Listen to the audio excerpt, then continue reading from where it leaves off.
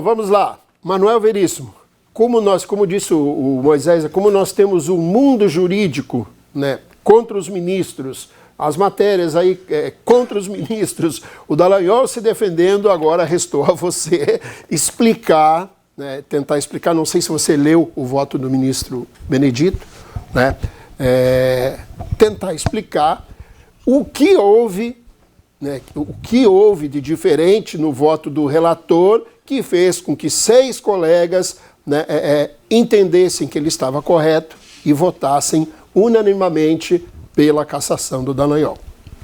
Ontem, quando o Tribunal Superior Eleitoral transmitiu a sessão, eu acompanhei o voto do ministro Benedito, e ele trouxe um tratado de 1956 de Pontes Miranda a respeito de fraude à lei, falando dos entornos e das manobras que se é feito para se escapar de uma punição, e ele conduziu o voto dele nesse sentido. Mas antes, deixar bem claro para os colegas que me lateiam, que já 2 deles nominaram que eu teria firmado posição, o que disse até agora foi o que foi declarado no voto do ministro Benedito, na posição do advogado Manuel, até porque Manuel Veríssimo, para quem conhece a militância, sabe que é um dos advogados que, quando da promulgação da 135, Lei do Ficha Limpa, foi quem, de forma tímida, mas se manifestou contrária à lei do Ficha Limpa por uma série de erros, por uma série de posicionamentos, por uma série de carga ideológica que ela carregava. E uma delas está aí batendo na nossa porta. Se falou aqui em Revolução Francesa, se falou em Montesquieu. Esse é o problema. É que as pessoas, elas sempre pensam que a lei vale para os outros, mas não valem para ela. Ontem se assistiu e se aplaudia manobras que foram feitas em procedimentos sobre que o fim justificavam os meios. Uma luta supostamente pelo fim da corrupção. Ali se quebrou o processo penal, ali se transformou. Foi um processo penal sancionador. E quem é advogado, como eu, há mais de 15 anos, não suporta ver direitos fundamentais serem violados sob justificativa nenhuma. A lei, ela vale para a esquerda e para a direita. Quando eu me posiciono e vejo que ela está descambando para qualquer um dos lados, eu já sou um defensor de que algo está errado. E nós temos que pensar de maneira serena, porque quem está apanhando hoje e quem está assistindo, pode ser que essa posição ela se inverta. E foi o que aconteceu. No momento de que se teve um processo penal violado, em que se aplaudiam, né, manobras sobre a pretensa bandeira de combate à corrupção, muitos desses que aplaudiam hoje estão colhendo os frutos desse elastecimento, desse relaxamento, dessa amplitude de visão. E vamos voltar à lei do Ficha Limpa. Houve uma discussão no marco temporal de entrada da lei, onde os paladinos da moralidade deveriam dizer que ela retroagiria. Ela retroagiria, porque a lei não era mais, ela não era maléfica, não mudava o sistema eleitoral. E nós sabemos, como advogados, que tempus rege acto, que a lei ela não pode retroagir para prejudicar o réu. E hoje se inventaram direito pro società, né? O ministro Chieti do STJ falou muito recentemente a respeito disso e ainda foi criticado por alguns juristas. Naquele momento, se teve uma discussão a respeito da lei da Ficha Limpa, que ela deveria valer daqui para frente. Mas se elasteceu o entendimento, dizendo não, ela tem que valer para casos passados. Para quê? Para combater a corrupção. Então, se interpretou de um modo em que se buscou, né, e é claro que se busca atingir pessoas que supostamente não preenchiam os requisitos da lei. É o que está acontecendo hoje. Quando você amplia esse campo de visão de vale tudo, onde o órgão acusador se miscui com o órgão julgador, onde o devido processo legal, onde delações são instrumentos de persecução penal, prisão preventiva, se descansa num mundo de vale tudo. E dizia-se lá no Ceará, pau que bate em Chico, bate em Francisco. Então, defendo, como jurista que sou, o devido processo legal. Me parece que houve uma interpretação aquém, elastecida, mas são os juristas, é a Corte Superior que o faz, não é o Manuel, não é os colegas, infelizmente. A gente só cumpre a lei. O que temos que ter cuidado é para não estarmos inertes, como quando atrocidades atingem os nossos inimigos e a gente bate palma. Porque ontem foi Lula, ontem foi Dallagnol, amanhã pode ser o Manuel. Então ele tem que combater, independentemente de que lado seja, essas variações, esses malabarismos hermenêuticos sob a justificativa de se buscar o combate a qualquer instituto jurídico, a exemplo da corrupção. Muito bem. Eu só quero pontuar aqui, Manuel, e até peço desculpas a você, em nome da direção da emissora, se em algum momento, alguma referência à sua pessoa, à sua participação nesse programa, que é exclusivamente técnica, né, possa fazer ou tenha feito com que você entendeu que você é um militante, ou que... Não. O Dr. Manuel Veríssimo foi convidado para falar tecnicamente. Gostando, não gostando, ou não é, aí é juízo de todos que nos acompanham. Então, só para ficar claro isso, eu peço desculpas se em algum momento você tenha pensado dessa forma, né, que a ideia não é essa. A ideia é assim, como eu falei, olha, eu acompanho, eu leio, eu assisto para aprender. Né, e a gente só aprende com quem sabe.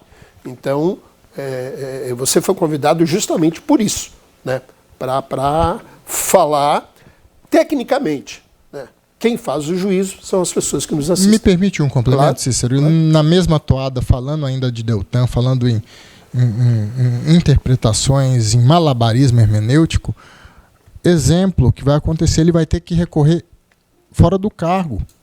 Ele vai ter que protocolar embargos, colegas. Ele vai ter que se socorrer de medida liminar, recurso extraordinário, fora do cargo. Uma construção que surgiu da ação penal 470, quando se fez interpretação de que trânsito em julgado é com decisão de segundo grau. Ou seja, nós, sociedade, aplaudimos quando falamos, opa, calma aí, o cara ele foi condenado, ele tem uma decisão de segundo grau, ele já não precisa mais ter suas garantias constitucionais preservadas. O reflexo está aí. Até 10 anos atrás, Deltan recorreria no quê? No cargo, se defenderia, poderia, né, usufruir de todo um procedimento, de todo um processo de garantias constitucionais. Mas há sempre um tal de um alargamento dessas interpretações. Muito bem. Vamos mudar a ordem aqui. Começo com você. 1 minuto e meio só, Samuel, porque eu tenho que chamar um intervalo e nós temos que liberar o nosso convidado também, que a gente prometeu que seria apenas 40 minutos de participação e nós já estamos, vamos extrapolar esse tempo. Por favor. Tem um pensamento de um poeta desconhecido que diz, né? Viva sempre aprendendo coisas boas e novas, o saber é fonte de alegria e nos traz satisfação pessoal. É de fundamental importância ter pessoas aqui como o Dr. Manuel Veríssimo esclarecendo, e eu espero que os meus antecessores aqui que participaram desse confronto possam, né, rever seus conceitos e não estabelecer um rol taxativo, né, achando que é determinada coisa quando não. E assim como o senhor, doutor Manuel Veríssimo, eu não sou legalista ou constitucionalista de ocasião. Eu respeito o devido processo legal, também vou no mesmo sentido que da sua fala, no aspecto de que, ao meu sentir, deveria sim o Deltan recorrer no mandato. Só que esses mesmos pseudos moralistas, paladinos da moralidade, outrora pediram a prisão do ex-presidente, agora presidente reeleito pela segunda vez, Lula, que, diferentemente de tantos outros, encarou seus processos e, né, conseguiu, no foro adequado, anular as arbitrariedades que esse deputado Deltan, juntamente com o senador Sérgio Moro, orquestraram.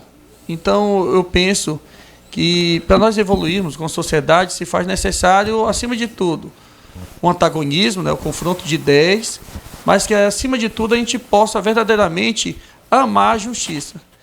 Sempre costumo dizer que a justiça é aquela mulher muito simpática, elegante, né, que trabalha na noite e que todo mundo, né, contrata ela para fazer seus serviços de cunho sexual. E quando, ao florescer do dia, pouquíssimos ou nenhum quer pegar na mão da mesma e assumir para a sociedade. Então a gente não pode jamais tolerar essas aberrações jurídicas que eu falo, que é exemplo da prisão em segunda instância e a inelegibilidade advinda de uma decisão de determinado órgão colegiado. Moisés, sua vez. Pessoal, é simples. Recorrer para quem? Responda para mim aí, telespectador.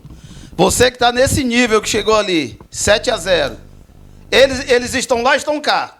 Você entender, quem está lá no TSE está lá no STF, uma parte deles. Você vai recorrer para quem? A situação do Dallagnol aí, meu amigo, a gente chama aqui de UTI. Não tem o que fazer. Esse daí já era. O advogado vai, se o advogado quiser pegar a ação dele, vai pegar, mas os embargos, como o doutor já citou, vai dar em quê? Que quem vai apreciar são praticamente os mesmos. A derrota é certa. A guilhotina já chegou no pescoço do Deltan. Agora, pessoal, a gente vai ver, não é por roubo, né? Não tem roubo, não tem propina, não tem dinheiro na cueca, não tem nome na lista de propina de Odebrecht, não tem nada. Não desviou. Agora, quando a gente vê a Dilma... Tem uma condenação no TCU, tem não. Tá sabendo? Tem. Não tem? Já resolveu, não tem nada a ver, isso não foi nem questionado e nem foi citado. Não, ele não foi condenado no Tribunal de Contas da União por causa das diárias da Lava Jato? Diária porque estava trabalhando pelo Brasil. Olha só, tem um que está viajando de avião, avião para tudo quanto é lado, esse não tem problema. Agora, um procurador que precisa ir para Brasília, São Paulo, voltar, interrogar, aí esse, estava procurando pelo em ovo, todo o tempo procurando para pegar o cara. Mas vamos lá. Aí o que acontece, pessoal? O Cícero até tira o raciocínio com essas conversas dele que não contribui, não contribuiu. Não contribui sim, porque não contribuiu porque no programa. Era tem uma inerente, condenação. Era inerente tem à uma função condenação, dele. Era tem inerente. uma condenação. E Mas aí eu você não posso deixar que o fake news tome conta do programa. Não, que fake news? Fake news de tem quê? uma, Ele não é procurador? Ele não tinha que viajar para se deslocar? Claro, que fake news. A condenação foi devolução do dinheiro. Então, não é condenação? Isso é firula. Não é condenação. Isso não gera peraí, só um pouquinho. Isso não gera. Ele foi condenado ou não por causa de... Não. Ficou claro o a questão não é se viajou, se não viajou, mas o ministro do Tribunal de Contas é militante, rapaz. Isso aí todo mundo sabe que ele é militante. Não adianta. Estava procurando problema, mas tudo bem. Então, pessoal, o que acontece? Aí a gente vê o julgamento da Dilma, que agora eu quero ver aqui o meu colega aqui de esquerda se sair dessa, que foi fatiado. Ela sim, era para ter sido caçada, perdido os direitos políticos. Aí vem lá o ministro e diz, não, vamos fatiar, que a Constituição não permitia. Se ela foi caçada, ela tinha que ficar impedida. Eu estou falando com você, telespectador, da firula. E muitas vezes o colega aqui, que não criticou essa decisão, está atacando o Dallagnol. Mas não criticaram essa decisão, porque isso sim foi uma firula jurídica. Inventaram uma manobra para atacar a Constituição. Eu não fui atacado, não. Quem foi atacado foi a Constituição do Brasil. Quando a Dilma foi impeachmentada e mantiveram o direito político dela. Muito bem, Ricardo, sua vez. Eu concordo, e bem lembrado, Moisés, quando tu falou da presidente Dilma, realmente a Constituição fala que se ela sofresse impeachment, ela ficaria inelegível. E, no entanto, eles fizeram uma manobra, deixaram ela elegível e disputou o Senado. Perdeu. Agora, eu sempre fui muito legalista. Claro, todo mundo aqui tem o seu viés ideológico, tem a sua preferência política. Agora, eu sou muito legalista. Quando falavam em prisão de segunda instância, eu fui absolutamente contra. E eu me manifestava sobre isso em qualquer lugar. Eu falava. Isso por quê? Porque a Constituição, para mim, é muito clara. Quando ela fala que todos serão considerados inocentes até o trânsito de sentença penal condenatória transitado em julgado, para mim, isso daí não requer interpretação. Está muito claro. Tu só vai perder a presunção de inocência quando tu for condenado por uma sentença condenatória irrecorrível. Aí são favoráveis, né, Ricardo? Irrecorrível. É favorável a condenação de Sim, são favoráveis. Eu não sou obrigado a concordar com... É favorável. Ele é favorável. Eu não sou. Eu tenho opinião própria. Está provando o próprio veneno, né? Eu tenho opinião própria. Mas no caso desse daí, eu tô sendo implacável. Eu estou sendo um defensor, porque para mim isso é um absurdo. A gente vê, falam em manobra E a manobra, e a questão da prescrição de o Lula ter atingido 70 anos, de a defesa ter esticado o processo, alongado o processo, para quando se eventualmente iniciasse um novo processo na vara competente, ele não poderia mais, porque ele já estava livre por conta da prescrição. Então quer dizer que para um vale as manobras, mas para o outro não vale. Eu volto a dizer, não chegou a ser processo administrativo. Não chegou. Não chegou a virar nem sindicância. Não chegou. Então ele estava... Tanto que quer dizer que o Tribunal do Paraná estava errado? Estava errado. Eles erraram. Porque o Tribunal de lá era técnico. O Tribunal do Paraná... O doutor Manuel está sendo técnico. Está falando que ele está errado. Mas como ele acabou de dizer, eu concordo. Agora, mas primeiro você atacou ele. Você primeiro atacou ele. O outro advogado aí... Para, rapaz, o cara está sendo técnico. Meu ponto de vista é diferente, eu só falei isso. Eu não ataquei. Agora ele deixou muito claro, e isso era uma coisa que eu ia perguntar para ele, mas ele já se antecipou, porque quando ele mencionou, ele falou no cenário. Ele fez uma análise do cenário, ele não emitiu o parecer, o entendimento dele como advogado. Isso ele não fez. Ele fez uma leitura da análise do atual cenário técnico. Isso é verdade, eu concordo. Ele não emitiu o posicionamento pessoal dele. Mas você falou que ele tinha falado. Não, eu falei que eu tinha opinião divergente. Eu não falei que ele estava errado, pelo contrário. Eu só falei... Eu falei que até a Suprema Corte, eles divergem. Divergente falou que é técnico. Não, eu falei... Não tenta tumultuar, não. Eu falei que até a Suprema Corte eles têm divergência. Muitas vezes metade toma uma decisão de um jeito e a outra de outro jeito. Então é normal que há divergência. Mas o que eu não acho normal é a parcialidade. O que eu não acho normal é você olhar para um lado e julgar por conveniência. Foi o caso dele. A gente sabe que isso daí foi uma questão política.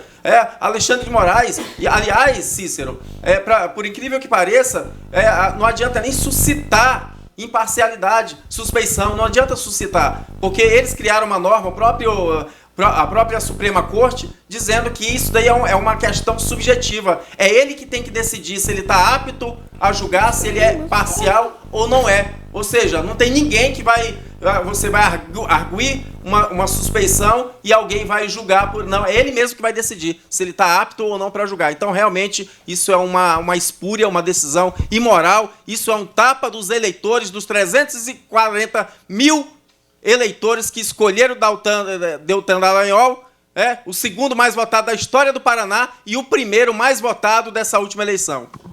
Muito bem, vamos lá. Antes de eu agradecer a participação aqui do nosso convidado, o Dr. Manuel Veríssimo, eu gostaria de dizer aqui que eu, Cícero, não vou admitir o fake news do programa. Seja de direita, de esquerda, não defendo ninguém aqui, não faço militância, não é o meu papel, eu não estou aqui para isso. Deltan Dallagnol foi condenado em R$2.800.000 pelo TCU para devolver dinheiro de diárias da Lava Jato. O Deltan, o Rodrigo Janot e tem mais um outro lá, Romão.